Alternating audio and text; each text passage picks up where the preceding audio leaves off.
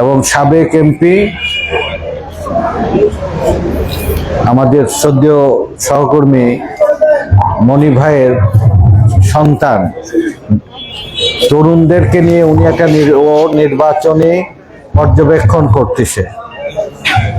কালকে ঈশ্বরদী ছিল, আজকে ও পাবনাতে আসছে, আরো 3 দিন থাকবে।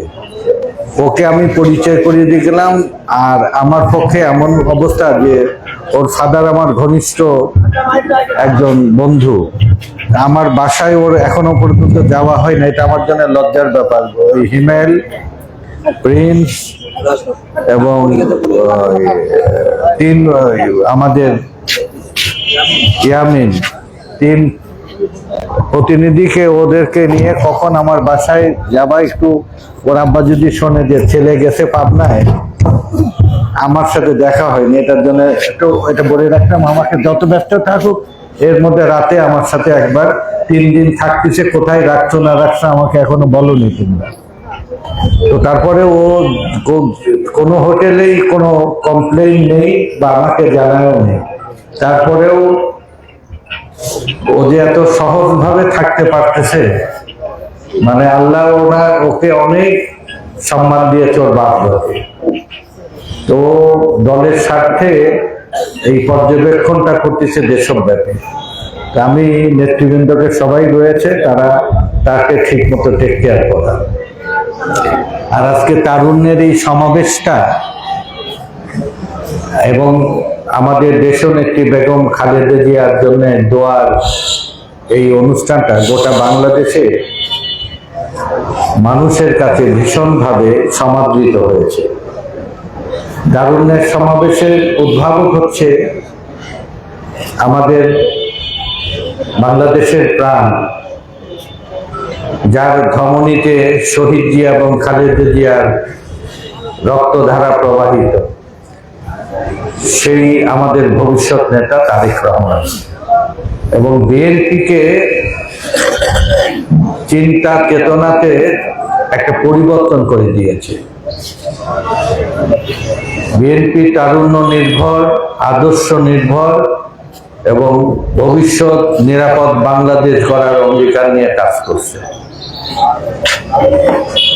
এরপরে আমাদের 2 জন নেতার বৈশিষ্ট্য আমাদের দেশকে পবিত্র করেছে, রাজনীতিকে আদর্শ নির্ভর করেছে।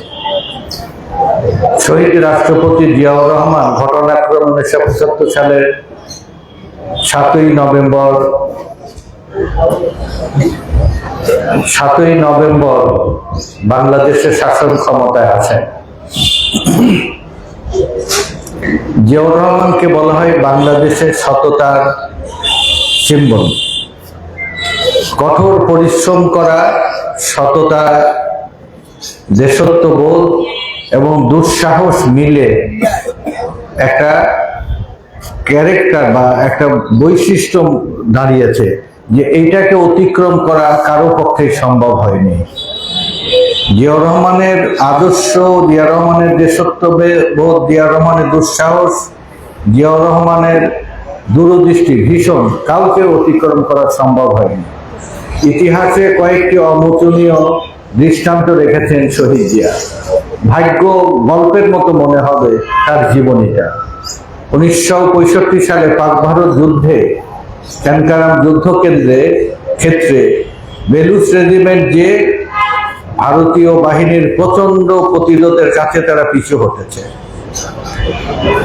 বেলুচ এবং পাঠান রেজিমেন্ট 2 জন যখন সেখানে টিকতে পারেনি, তখন সতীনের ছেলে বাঘ মারতে পাঠানোর মতোই বেঙ্গল রেজিমেন্টকে পাঠায় জিয়াউর রহমানের নেতৃত্বে।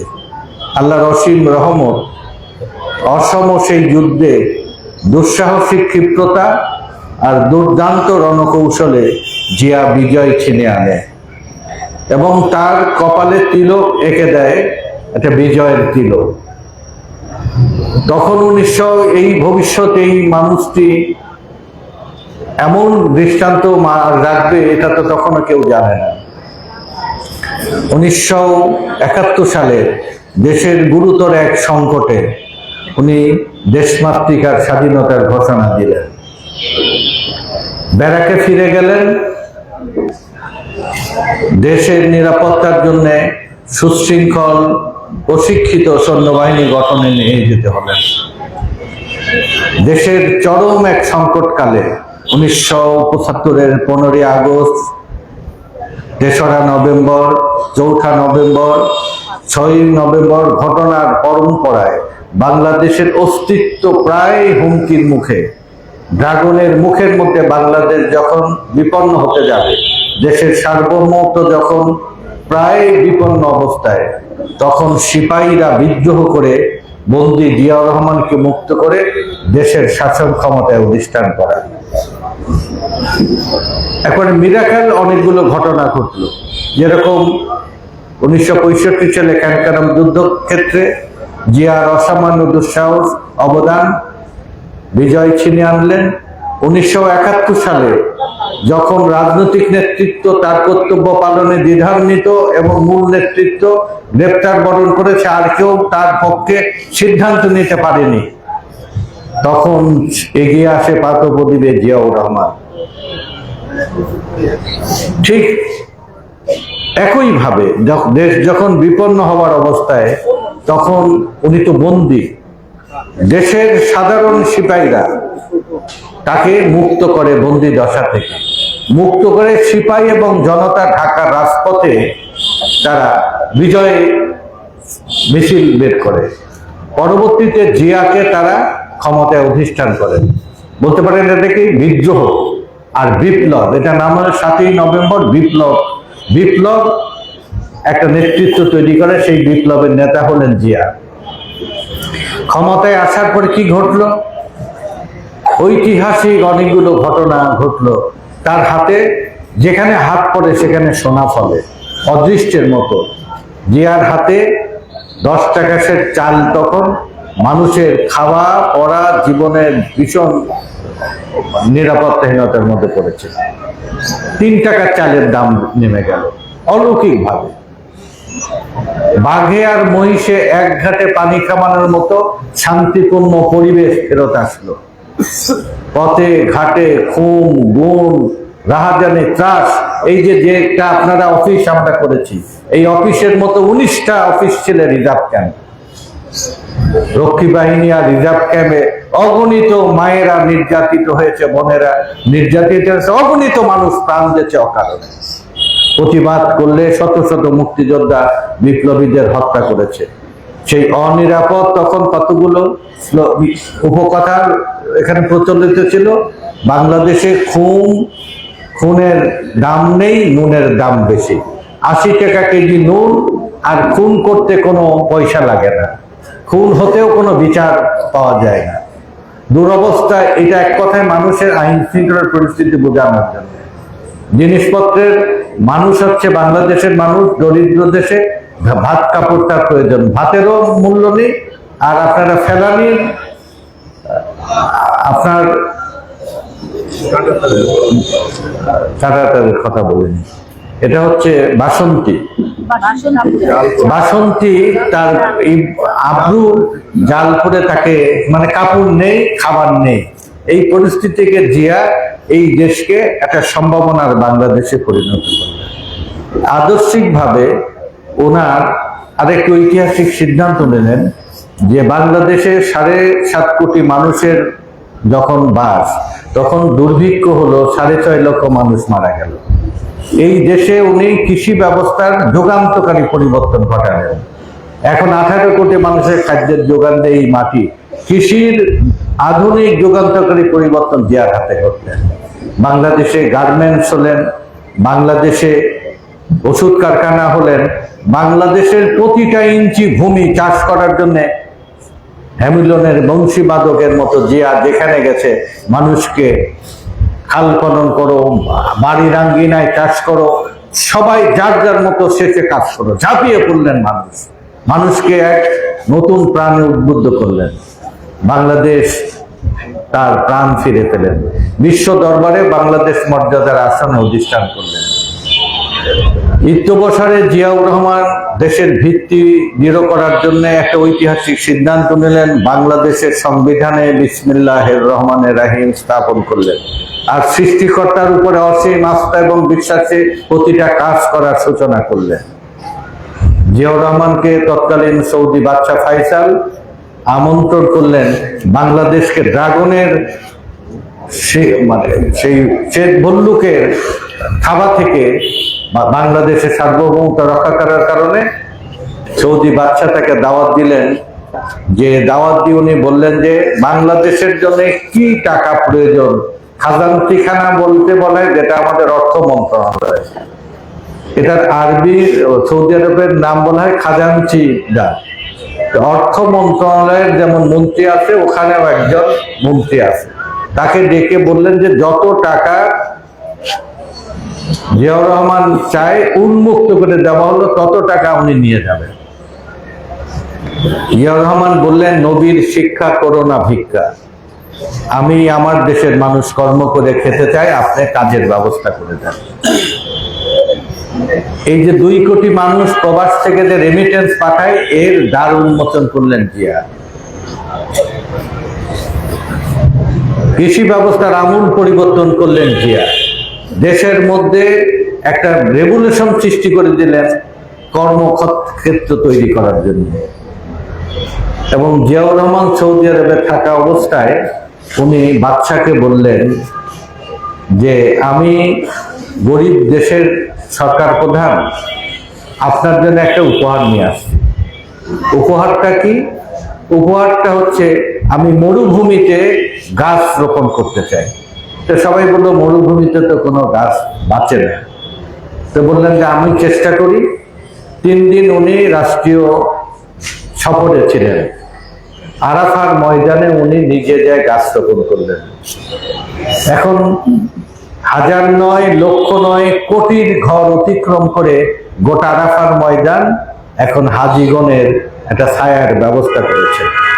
এই ঐতিহাসিক সিদ্ধান্তটা ওনাকে কে নিতে বললেন, কে দিয়ে দিলেন কানে কানে মন্ত্র?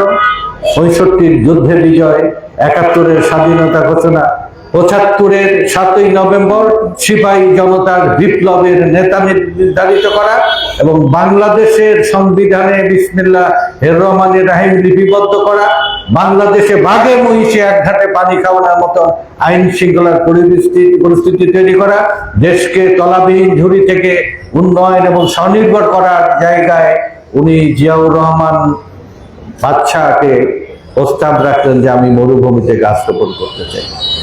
এবং উনি সেই সৌভাগ্যবান ব্যক্তি যে অল্প কিছু লোক কাবাগৃহের মধ্যে নামাজ পড়ার সুযোগ পাওয়া 2 রিকাত, সেটা জিয়াউর রহমান।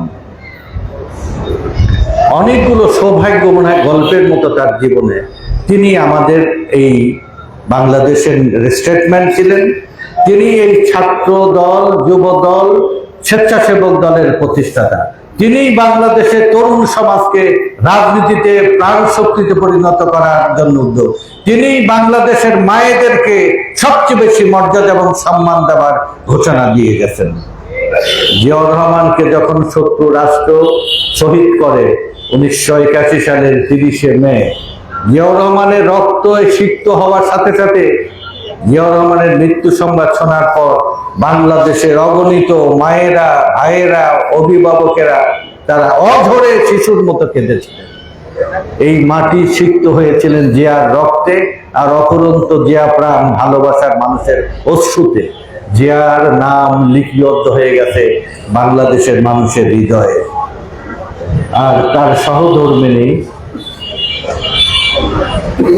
এই দেশের দায়িত্ব গ্রহণ করেন, জিয়াউর রহমানের শাহাদত বরণ করেন। তারও জীবনে অনেকগুলো ঐতিহাসিক ঘটনা। প্রথম বাংলাদেশের মায়েদের ম্যাট্রিক, এইচএসসি, ডিগ্রি পর্যন্ত পড়াশোনার ব্যবস্থা করেন।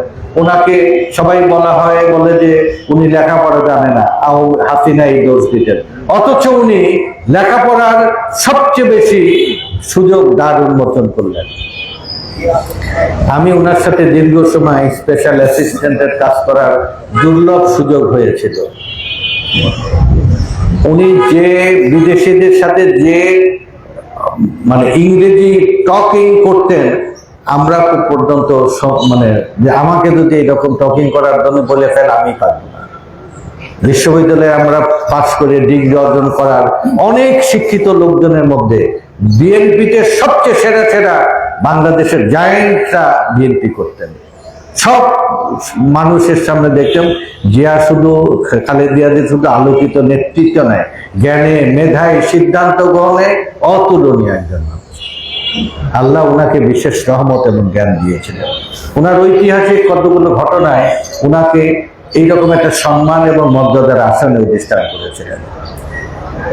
হাসিনা ওনাকে এত হিংসা করতেন যে হিংসার প্রতিটি পদক্ষেপে বলতেন 1991 সালে নির্বাচনে বিএনপিকে মানুষ বিজয়ী করে ক্ষমতায় অধিষ্ঠান করলেন। ইন্ডিয়া এবং হাসিনা বললেন এক মুহূর্ত খালেদা জিয়াকে স্বস্তিতে শান্তিতে দেব না। 35 বছরের বিধবা হয়ে 80 বছর বয়সের মৃত্যুর প্রতিটা মুহূর্তে খালেদা জিয়াকে শান্তিতে থাকতে দেয়নি। দেশের স্বাধীনতার ঘোষকের স্ত্রী, দেশের সেনাপ্রধানের স্ত্রী, দেশের প্রেসিডেন্টের স্ত্রী, নিজে 3 বারের প্রধানমন্ত্রী, তাকে কি পরিমাণ অসম্মানিত অপমানিত করেছে আপনারা তার সাক্ষী। আল্লাহ যাকে সম্মানিত করবেন কোন বান্দার পক্ষে কি তাকে অপমান করা সম্ভব? খালেদা জিয়াকে যত বেশি অপমানিত করার চেষ্টা করা হয়েছে তত বেশি খালেদা জিয়া মহিমান্বিত হয়েছে। জন্মে যার পরিবার হেসেছিল তার মরণে গোটা বাংলাদেশ কেঁদেছে।